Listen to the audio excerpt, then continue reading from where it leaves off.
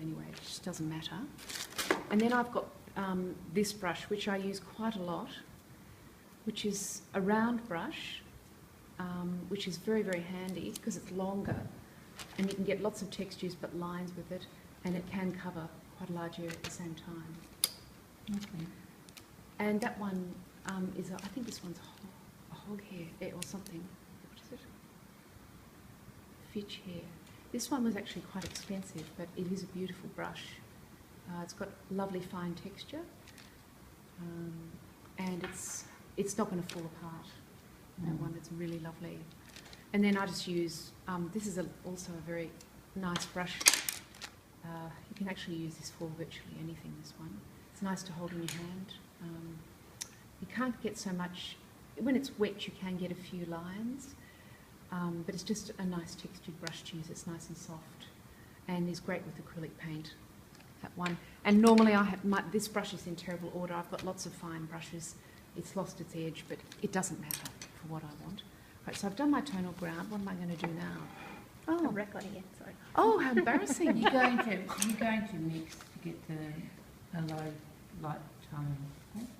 Like, would you go for that one or would you go for that one? Well, we have to think of the breakup of it, and we'd possibly go for this tone first, the mid, So the mid, but we block in the dark and light, extreme light first. Always block in the dark first and the extreme light. So I'm just going to go with a really fine brush at the moment.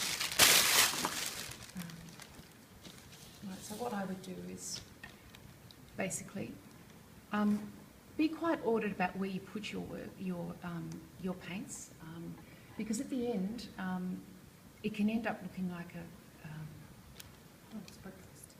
well, yes, Is that the way? at the end of a Chinese meal, home cooked meal, pretty much everything, there's lots of food all over the table, and that's what happens in our house anyway. All right, so the division, and this is where your background in positive and negative shapes, determining areas, how far some areas are away from another, and all this comes in. So that's just a little below halfway. All right, so basically, I'm just going to do a few lines here and there, right, first, just to get my bearings. We are going to do darks and lights.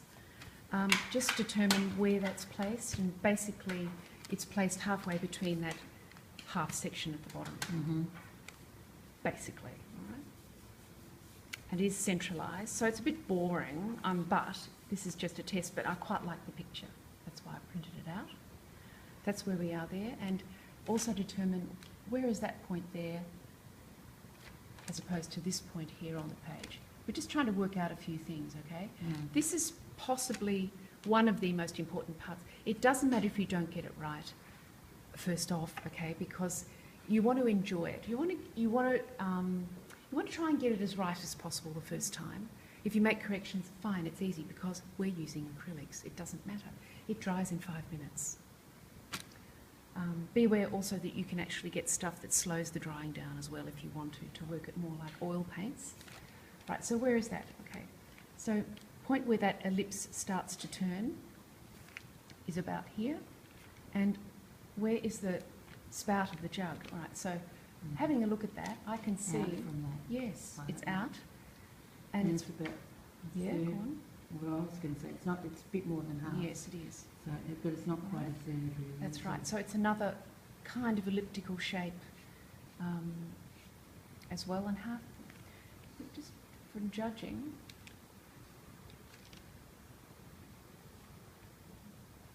it's wider than it is that look there. All right, so it stops about there, just looking at the general shape.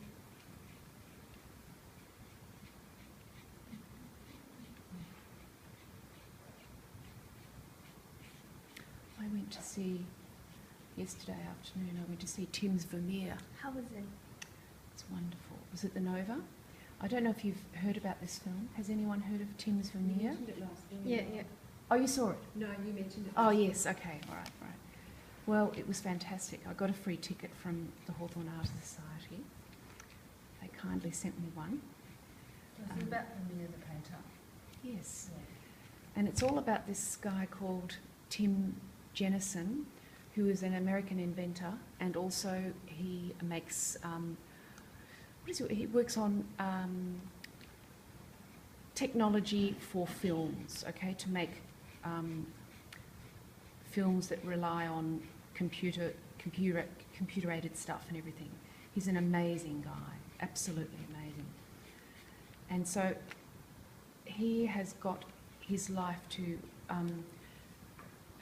so well organised, and he's been so successful financially that he's able to take 5 years off to make a film about this, about Vermeer. And what got him started was that, one, he's an inventor, and he knew that Vermeer must, to create such beautiful paintings in the 1700s, how could anyone paint photorealistically without any aids at all? And he thought, there's got to be something here, there just has to be. He must have used something to help his pictures, must have. And everyone sort of probably knows that he did to a certain extent, but they're not sure how he did it. Well, he did it with something called a camera obscura.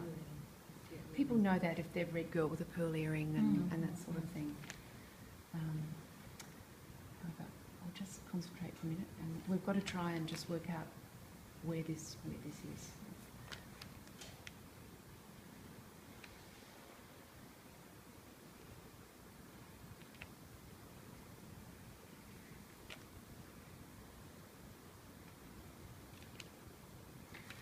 All right, so I'm just dividing off areas of tone at the moment.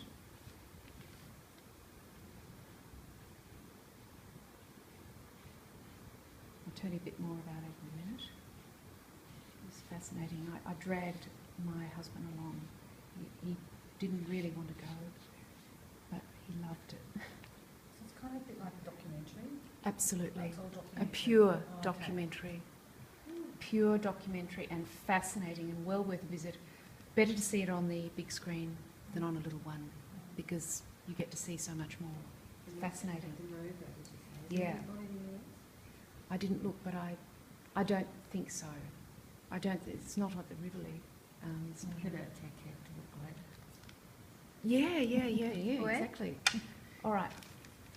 Also, it's good to mark in the lightest part, which we'll do. All right, so Okay. all right. Let's just go with our darks first. All right, we'll do our darks first. Now, can you see with ultramarine blue and burnt umber, you can actually get very, very dark tones.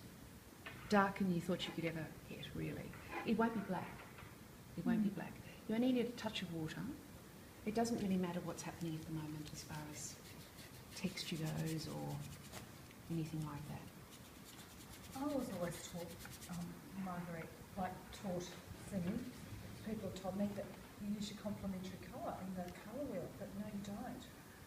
To Well- darken your colour, you know, Oh, you can. you like, so, you know, the colour wheel is blue, so you'd use an orange to darken. Yes, well, actually, I am using complementary colours. Okay, These colours are actually complementary because the base of that, if you were to lighten it, would be orange. orange, okay, Okay. So, yes, you're right. okay. Correct. So if you use your complementary Just doesn't colours, look orange there, but No, I know what you're saying. at the base You of break it. it back down again. Absolutely. It will be orange, okay. yes, that's right. Correct.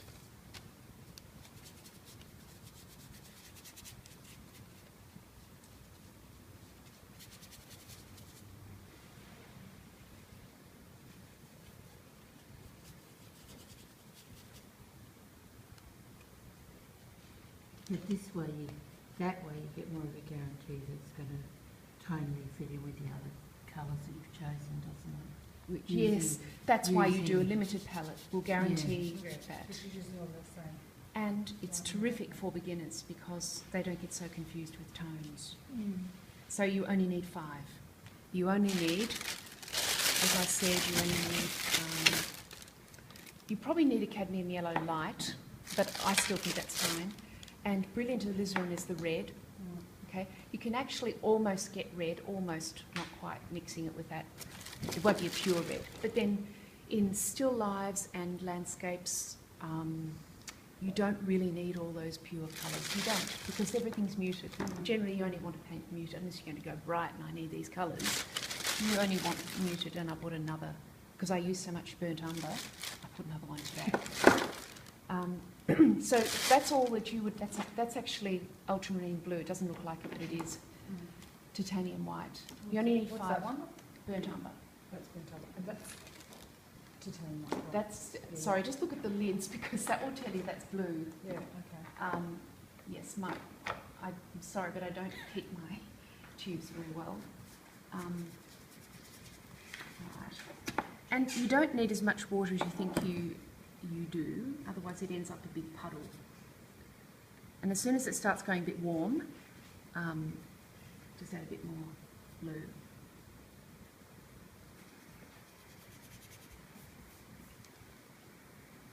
So you'd like to use a black brush, Margaret? Well, just to cover the area To quickly. cover the area quickly. It's only because it needs to be quick. Mm. That's the only reason why. And with acrylic, do you put quite a few coats on, or do you just only put one coat on? Well, I put lots and lots on. Yeah, no, that's interesting to know. Yeah, I do. Unless I really wanted the canvas to show through. Okay. Yeah, yeah. All right, and you can still let the canvas show through with a colour of underneath and still get the texture. Mm. But often I do a combination of impasto, which is thickly, as you know, thickly applied paint, plus textural of the canvas bits and pieces. Not all the same. I have a variation. So roughly, anyway, it starts to peter out about there. And it's always good to have kitchen paper on hand. I did bring some, but will they be able, when they paint, they're allowed to use that as much, or should they bring their own? What the tissue? Well, no. This stuff here. I use this, and I'll show you. I use this. I brought my own kitchen paper, but if they had brought their own kitchen paper, or could they use that? Oh, well, anyway. So, there's my next colour over here. And I'm going to, just so I don't muddy that up, I'm going to go the mid-tones now. I really should go light first, but I'm not going to, just to show you.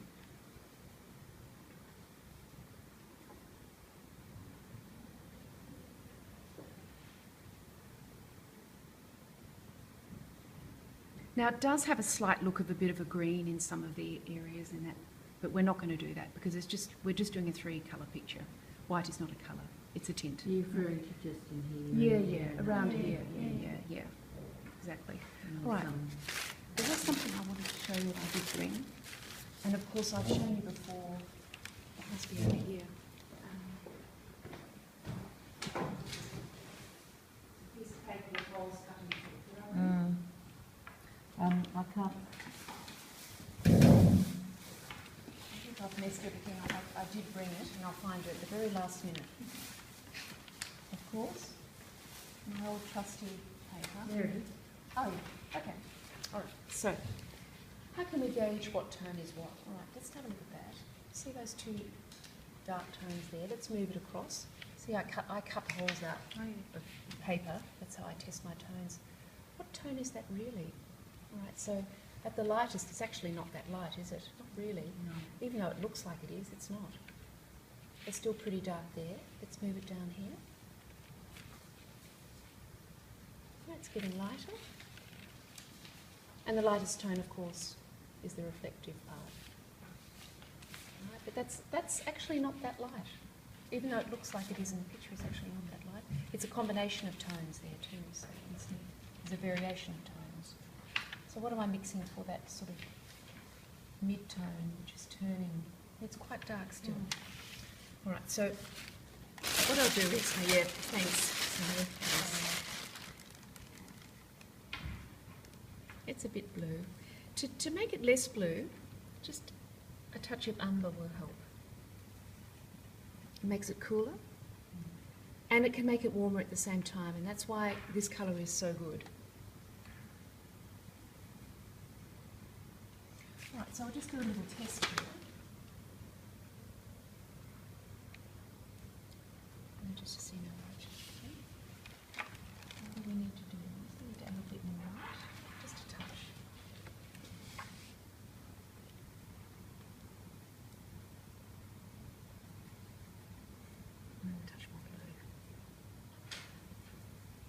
You can change the tone fairly quickly.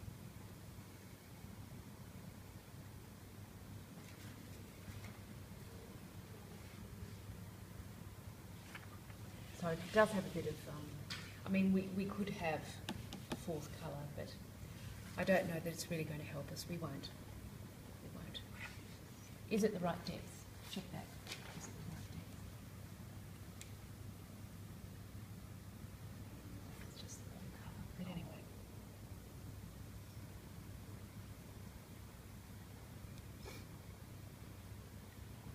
I'm going to go with that. Right, so touch more water, not too much, otherwise it makes it too liquidy.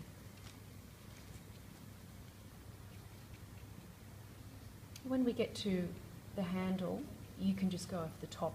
We're just going to make it just simple now. We're just covering the canvas, that's all we're doing at the moment.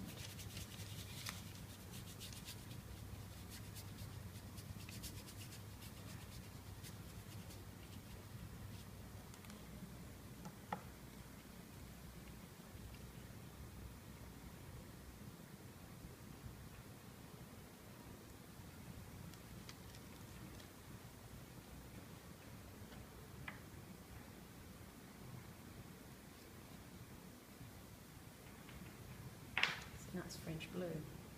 Right, so we have a mid-tone in between.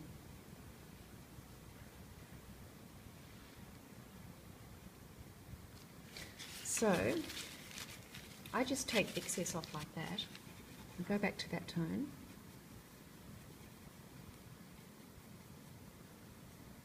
And what I want is really that tone there.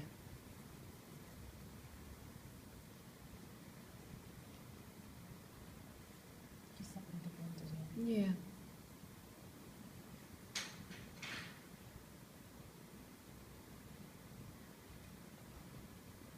This is when the fun starts. This is when you start driving yourself a bit mad.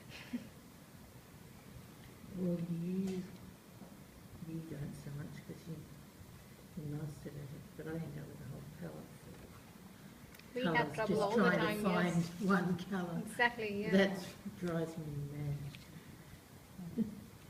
But you will reuse these tones. You'll go back. If you're disciplined about it, you'll reuse them. You'll go back.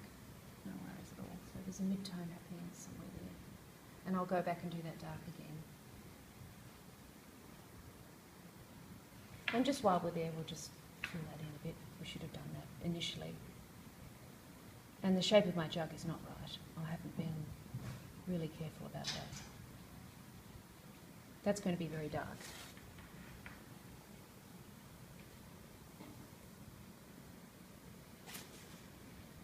I'll go back to that. Right, so always keep your paintbrushes vertical.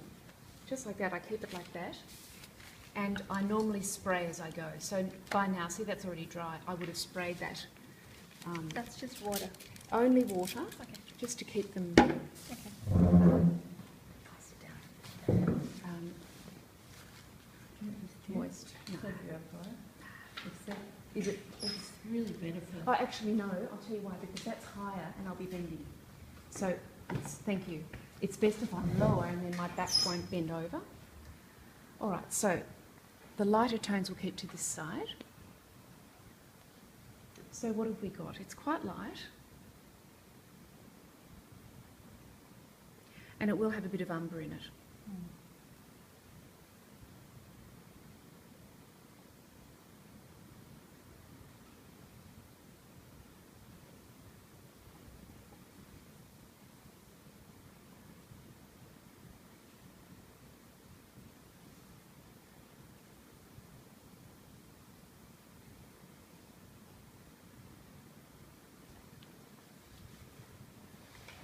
Let's have a look.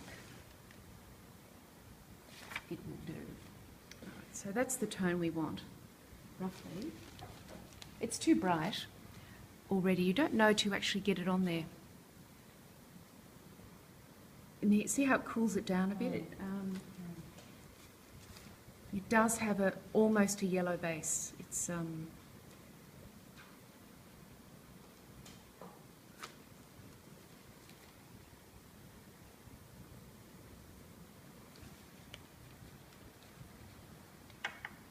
Now, some people would probably do a whole wash of one of these tones. You can. There's no problem with that, and then work over the top of that, and then do all of that. And sometimes I do that, especially if I'm not sure what I want to do with the picture.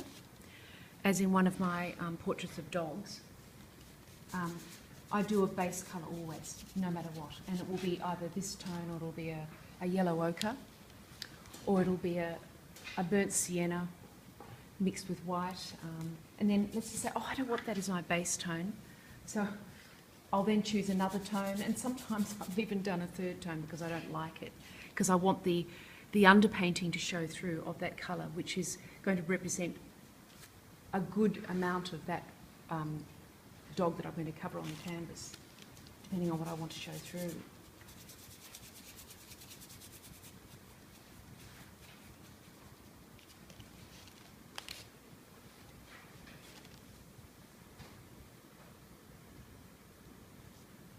And of course you'll be reusing some of these colours on the jug as well.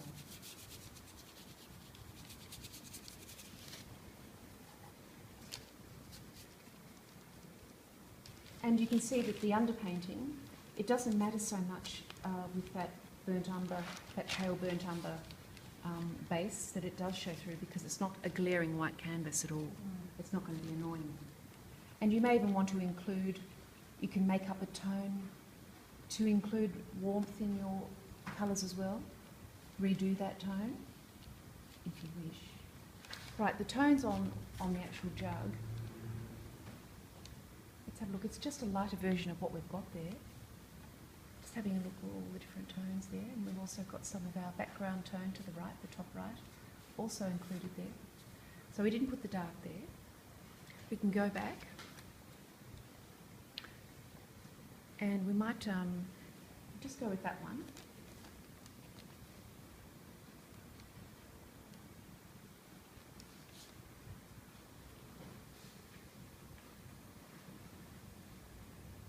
Do you ever use acrylic a little bit like watercolour? Like, Yeah, use you the can. water to kind of thin out the tone or Absolutely. lighten it up a bit that way? Absolutely. Yep. I've also got, I don't think I brought it, there's also a liquid that I also use to extend it, and it's like that, only it gives it, Just it give extends the texture as well. Not just watery, Yeah, because, you know, acrylic is not watercolour because it's opaque. It's not transparent like watercolour is. Yeah. But acrylic is the best way to learn to paint, more than starting off with, I mean, it's great to start off with oil colour, but I did start With off oil? Yeah, it's great, but Oh, it's okay. not, you know, you're better off starting with, me Acrylic? personally, handling acrylic first. Okay. You'd have a greater knowledge because acrylic is so flexible in its application. You're better off starting off with acrylic, then getting into oil colour. But you'll love oil colour because of the pure transparency of the colour, and you just fall in love with it. It's so beautiful, but I can't use it unfortunately now because I'm allergic to it. All right, now that's very crude the way I've actually drawn this. I do have a thick brush because I like to work with it, and I should have worked with my thinner brush, it'd be much more pretty. But that should be a bluer tone, of course, and I haven't done that. Right, so let's just move that over a bit. And we'll get a thinner brush. Because you can see real beauty in its crudity. Seriously. Yes. So, Huh? yeah. Maybe. I think so. I like the way of Yeah, I think the way you've gone about it is so different to the way we would have actually thought of going about it. Oh. Right, so I'm only going to go dark on the handle because it's a very small area. I don't want to have to go back over it to make any more dark. I only want to go over it with a blue. Okay. And maybe a touch light blue to show the edge where the light shines on it. All right. So you sort of want to get it You want to get it right.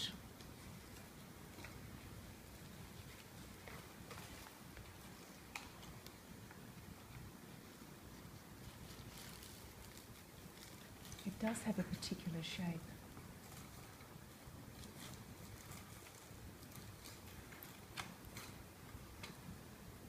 And I haven't really got that shape right. It's got such a long handle.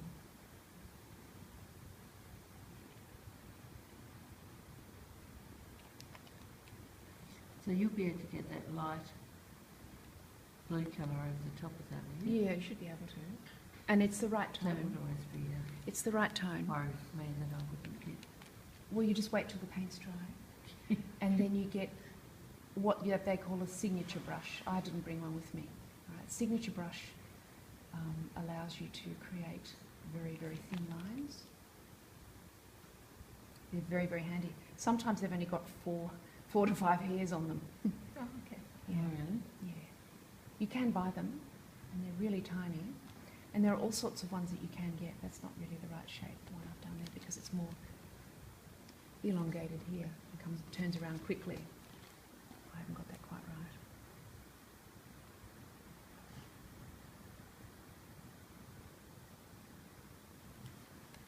And then you can come in, the good thing about acrylic is then I can come in and just refine the shape a bit.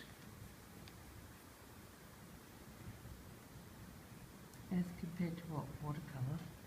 Whereas, because with oils you'd be able to do that. Oh wouldn't you? gosh, yes. Yeah. But what I'm saying is that you've got a time element, a time lag with oil colour. You cannot do that until it's dry. Oh, yeah.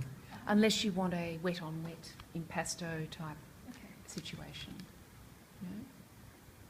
So you just wait 5 minutes, or as I do, the old hairdryer comes out, and you can work on it in minutes. All right, now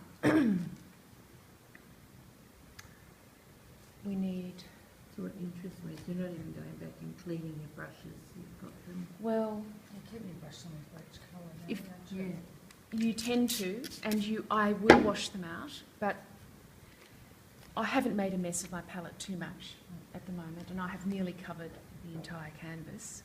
I've got plenty of room if I need to extend any tones, but as you can see, we haven't needed that many at the moment. All right, so we're back to the lighter colours, and see how quickly it dries out. We're already dry. So we need a fairly lightish tone on the jug. And you can see the beautiful textures. That's not even a real indication of what the painting was originally like. Because, you know, when you print it out from the internet, it's nothing like it was. Absolutely nothing. It's You not can a never- painting. That's yeah, a painting. yeah, it's Oh. a painting. Yeah. You can't see the brush strokes in the foreground, can't you? Yeah, that's right. It actually is quite light. It's too blue.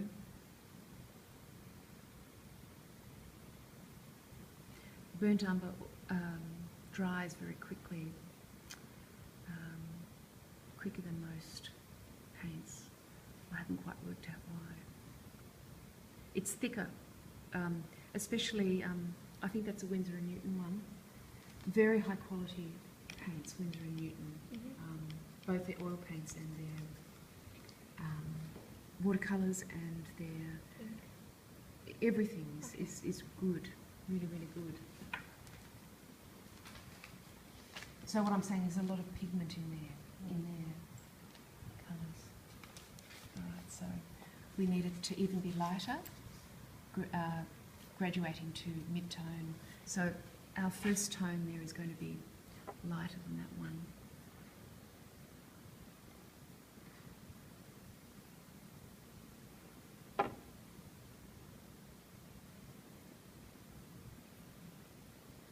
And it's going to need a touch of umber in it. Just a touch.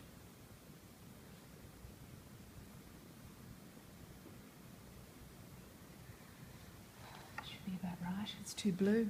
And you know as soon as you get it on that it's too blue.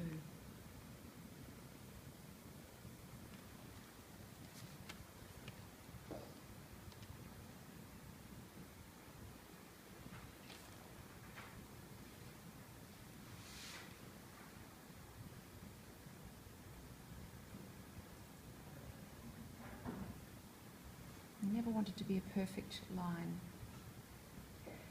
because sometimes it can just look too slick and not very natural.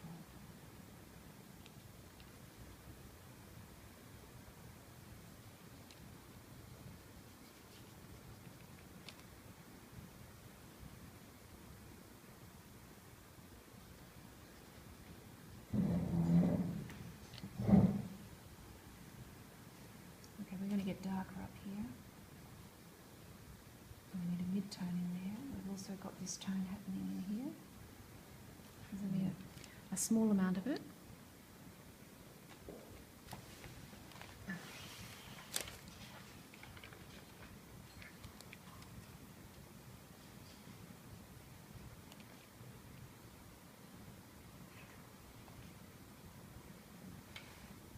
There's a few mid-tones I need to get going here that I haven't, because you can see it's quite blue under there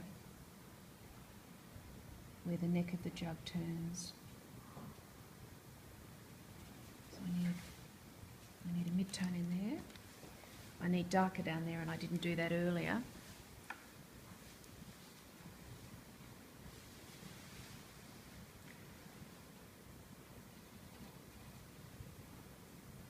So there's so many tones to do. I mean, Even with just a small amount. that's I mean, right. only with what looks like deceptively a 3 sort of colours. Exactly. Yeah. Excuse me.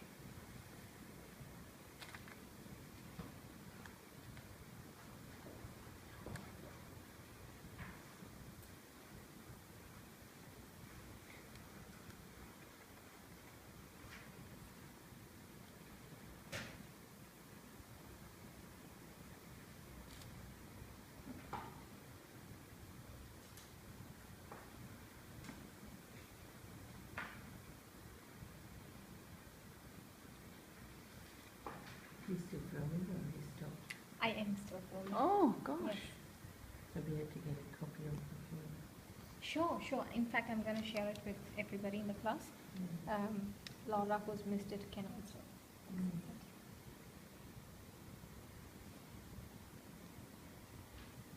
These are precious, Marguerite. Where? Oh, are they? You giving us a live demonstration. Oh. Is that an old platter of yours or is it you bought that? I bought that for to use. I've had it for quite a long time, and I always clean this one because I want it to be nice. It's had a lot of use, this one, a lot. So the wooden ones that people use, is that only for oils only? You know, those timber ones that you mix your oil Oh, you can use both. for acrylic as well? Yeah, you could. If you actually put a finish on it, like a light oil finish on it, that would protect it, I think, first before you used it. But you wouldn't mix and match. You wouldn't use oils and then acrylic and then oils. You'd use it for one thing.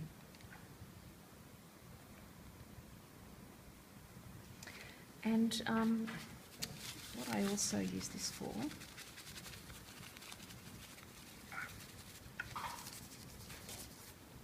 right, if we wanted to do a gradation, you know, that's also another thing. Let's do a quick gradation of tones here. You can do that.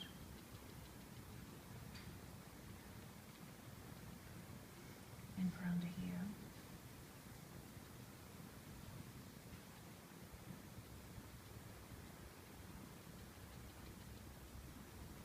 That's where your textures come in. It looks a bit kitsch, but it helps us.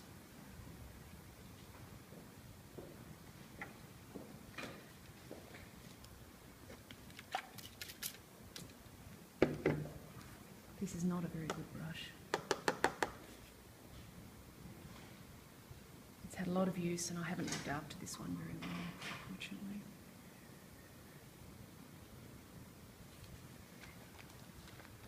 Don't you just want to go to art supplies and keep buying new? I've got hundreds of brushes. I don't need any new brushes. Yeah, I love going into art shops. I try and stay away though. That's right. So easy. It's so easy.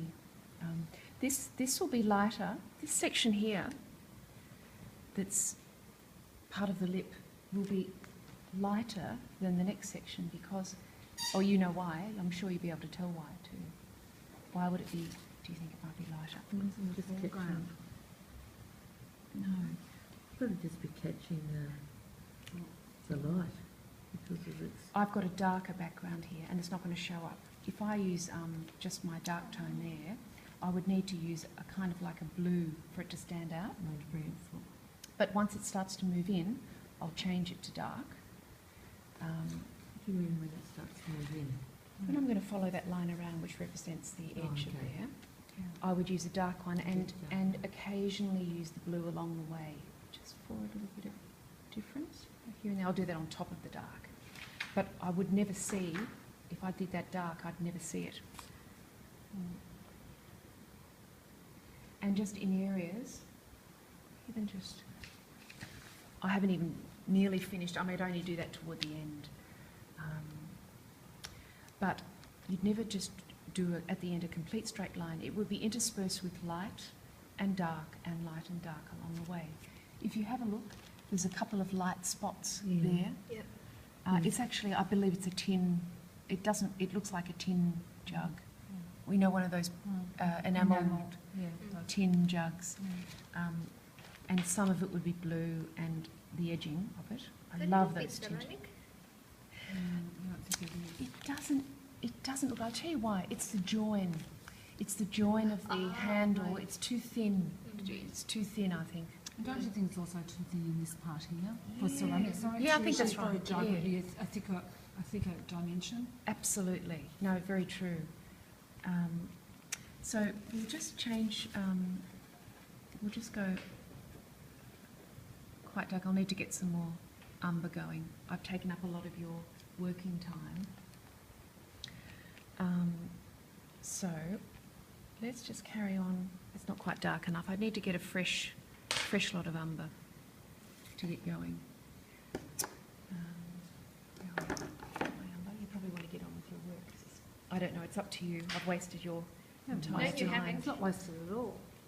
It's like, because you have no idea how you approach Seriously. things like this. Okay. All right. It's precious. Okay. All right. It's not wasted. And, you know, when you're at home on the internet, if there's some image, let's say there's an image you want, or you can set up one for yourself at home, it doesn't really matter. I'm very used to working from photographs, me personally, and still lifes as well, you know, that I set up for myself. But if you can't find one that you really like and you just want to work on 2D, just have a look, Google pictures of jugs or photos of something or other, and instantly you'll get a whole host of things come up if you just want a little study for yourself to do very quickly. Okay. No one's going to come and say, I want to use that table, get that stuff off there, which is what happens to me at home. Okay. You know, all of that. So you just grab something from the internet and away you go. And don't let anyone interrupt you. I'm busy. You go and sit with your shooter next to Sit with my... Oh, it's difficult. At the moment, I've only... pretty hard with the family not to let you interrupt. It is tricky. It really is tricky. But very soon I'll be able to use my garage and no one is going to interrupt me. Nobody. It'll be fantastic. I can't wait. Is your house nearly done? We've got another big thing coming up in end of August. Okay. Yeah. This brush is horrible. I didn't bring my good one. I've got a lovely one. It's horrible. It's just nasty. Do you want one? A thin brush, but it's awful. It's not working. Oh, thank you. Thank you.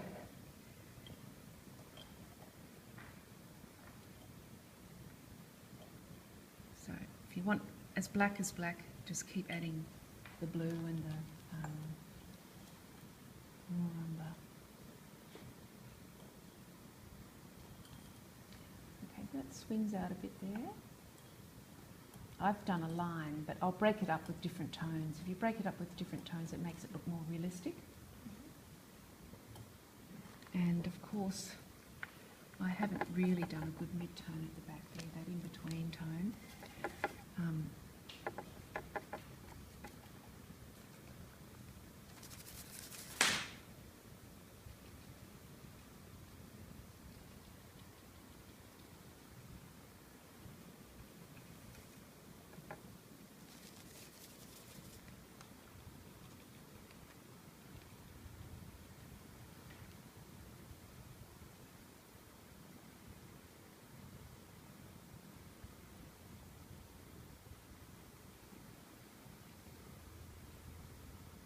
And you know, you can add textures which make it your own. You kind of make this picture your own. You can add all sorts of, because you don't want it to be exactly the same as that. Otherwise, it just, there's no point in doing it. You have to add something of yourself, really. But don't you think you've just added something of yourself just by executing it the way you've done Well, it? yes, I wouldn't have damaged their copyright or anything like that. No. Yeah. I mean, you know, you're not trying to do a photographic No, a painting photographic reproduction. no, that's For right. me, like this is, you know, there's all sorts of differences, but it's just very, it's become quite unique now. Yeah. Well, This is a, that's, yeah. Right, so it's actually quite dark behind that jug now. And go back. And go back and add some more paint, right, which will make our jug appear a lot richer. And of course, the end of it, at the end of the picture, if you wanted to add a really lovely glaze to it in sections, this is what adds the richness to your work. Once your acrylic work is completely dry, I'm just flattening out that elliptical shape there to make it. what's the glaze? I use what's in there. That's what I always use. That brand, Liquitex, is probably the best brand glaze you can get. That's actually a medium, so you can actually add it to your paint We as well. actually bought that last time. Yes, Yeah. yes, it's Yeah, fantastic. Oh, you didn't? Okay. It really Must is be the best right. one to get. The last time when she got us to do that kettle, the kettle, there was a red kettle against a blue background. Oh, must have been one. Maybe. I've never drawn kettle. Yes, you did it. It was actually a jug. Oh, I did a I jug. think you did it. It was a ceramic, Yes, sort of 1970s jug. with its shadow falling on. And everyone painting. did a On a beautiful wooden- job. Yeah, everyone did a stunning job. It was amazing. Oh yeah, then you were very pleased that. Oh, I was so pleased. You were all... Isn't it a jug like this? I've got one like this in blues and browns. Yes, at something home. very Oh, similar. similar. reds. Well, some people use the warmer tones, and they could because they could. Oh. They could use the warmer tones And then you just paint this over the top, do you? when it's completely dry. You've left it for minimum 2 hours, really, just to be sure. Otherwise, the work will move, and you won't like the effect of it at all.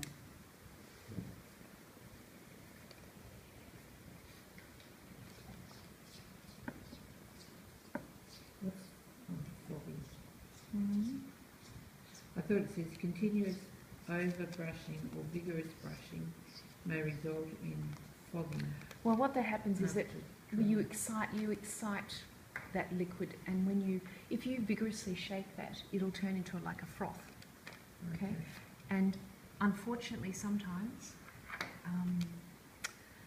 it can change the consistency of it. So you have to be careful how you apply it. Don't apply it too quickly, because it will bubble up and it will create a kind of frosted look.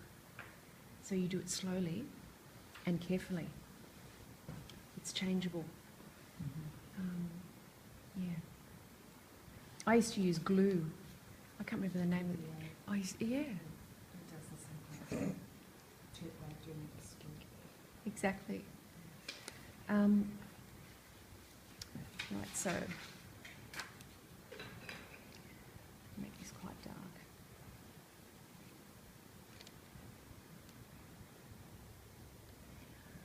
Right.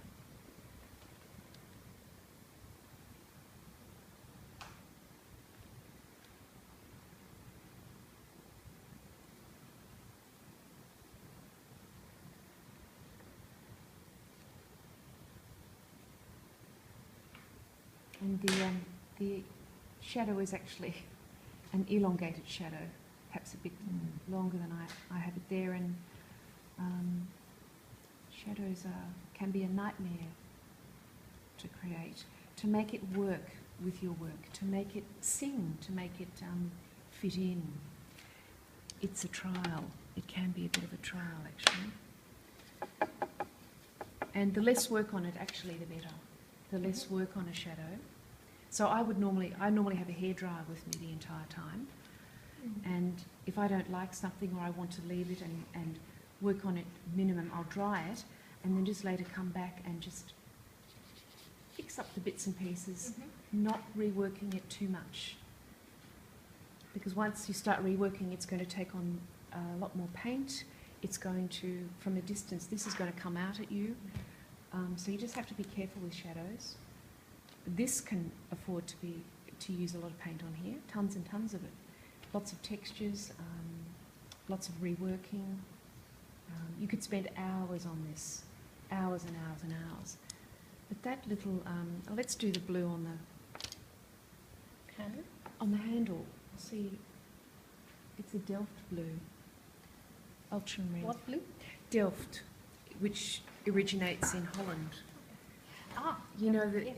the Delft potters, you know, blue and white pottery Yeah, with, yeah, yeah. with windmills on them and, you know, all of that. I love it. All right.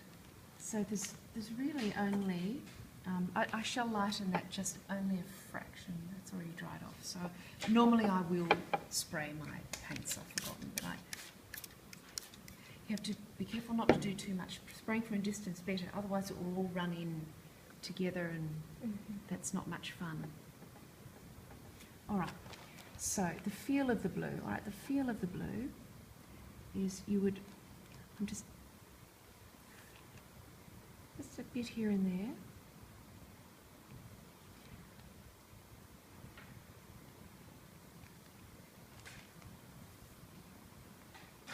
Not too much, and then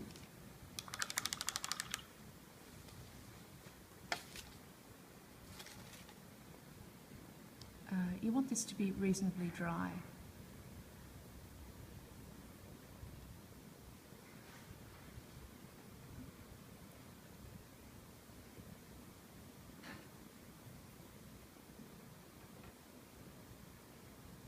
But still, nonetheless, blue.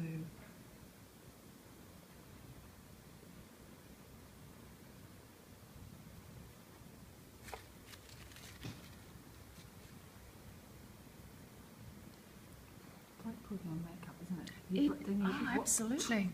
Get most of it off your brush again. That's true. It's the most frustrating time of the day for me. It's putting on makeup. I don't know how to put makeup. But you just say. I don't know. That's because you don't need it. You don't need it. You're too beautiful. You as don't you are. start till about your 40s when you start to. Skin's not as good. Okay, just looking at that, we need to make it a touch lighter. And when I'm in a touch, I'm in a touch. Right. So.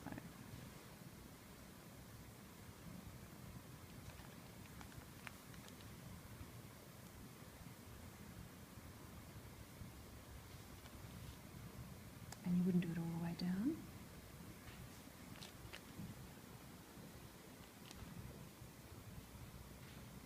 It can afford to be a bit bluer too.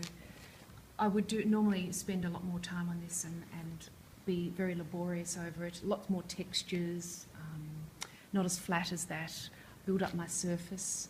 I use impasto gel with my paints every time I paint. I didn't use any. It does. It thickens it a lot, and it's quite luxurious. And also, it saves. You know, paint's expensive. So if you can get some sort of extending medium with it, which isn't going to lessen the colour as you work with it, it extends with it. It doesn't lose any tone because it's not a clear gel.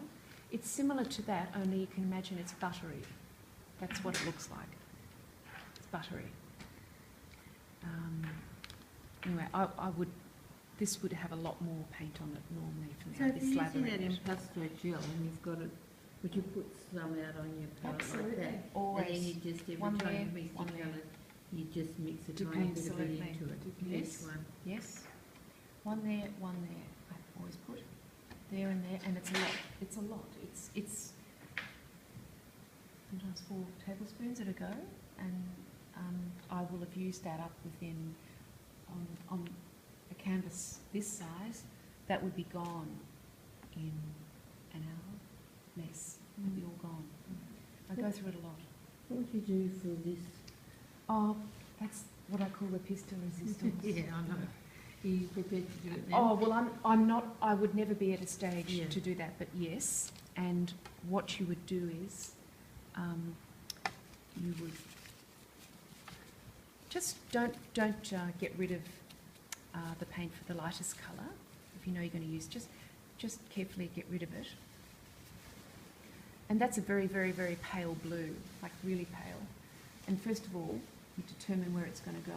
So just roughly with that brush, work out where you're going to put it. Yeah, it's a bit higher. So it is.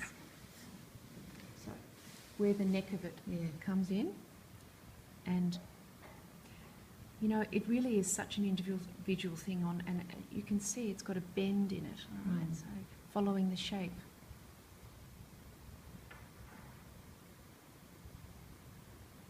Do it with your dry brush first, because sometimes the texture is really lovely. The texture of the linen or whatever it is underneath, on top.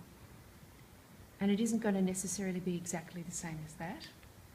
And you can see in the centre of this reflection that there's a central part of that window. There's 2 sections to it, if you have a look closely.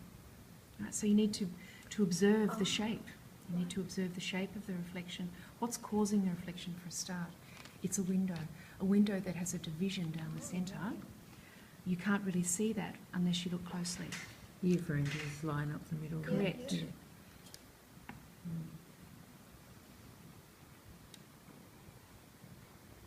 And I even have a magnifying glass that I work at home with, and if I'm not sure what it looks like, I will use it. I will go up And close. so that's more of the reflection there, is it?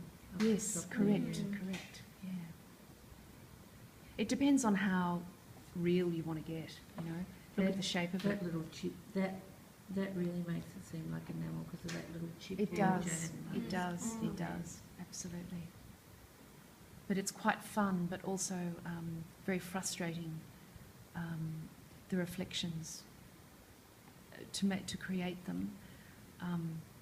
I love creating them, actually, I really do, and I especially love creating the reflections in animals' eyes too. It's a real challenge, it's a fantastic challenge. Because I paint pet portraits. But anyway. It's not, I mean, this is nowhere near that I would have it.